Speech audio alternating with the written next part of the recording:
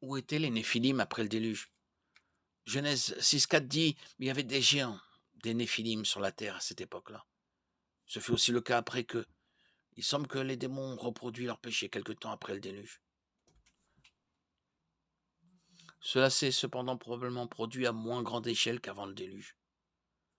Quand les Israélites sont partis explorer le pays de Canaan, ils ont rapporté à Moïse: «Nous y avons vu les géants, les descendants d'Anak, qui sont issus des géants.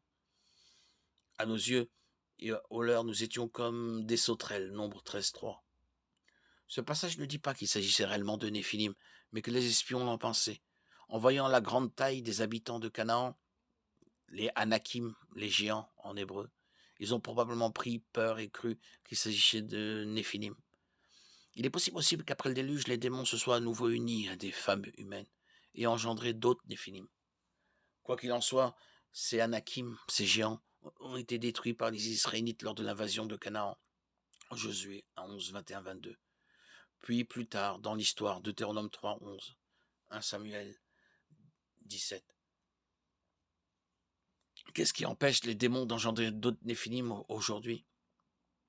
Il semble que Dieu a mis fin à cela en isolant tous les démons qui s'étaient unis à des femmes. Jude 6 nous dit: quant aux anges qui n'ont pas conservé leur rang mais ont abandonné leur demeure propre, il les a enchaînés éternellement dans les ténèbres pour le jugement du grand jour.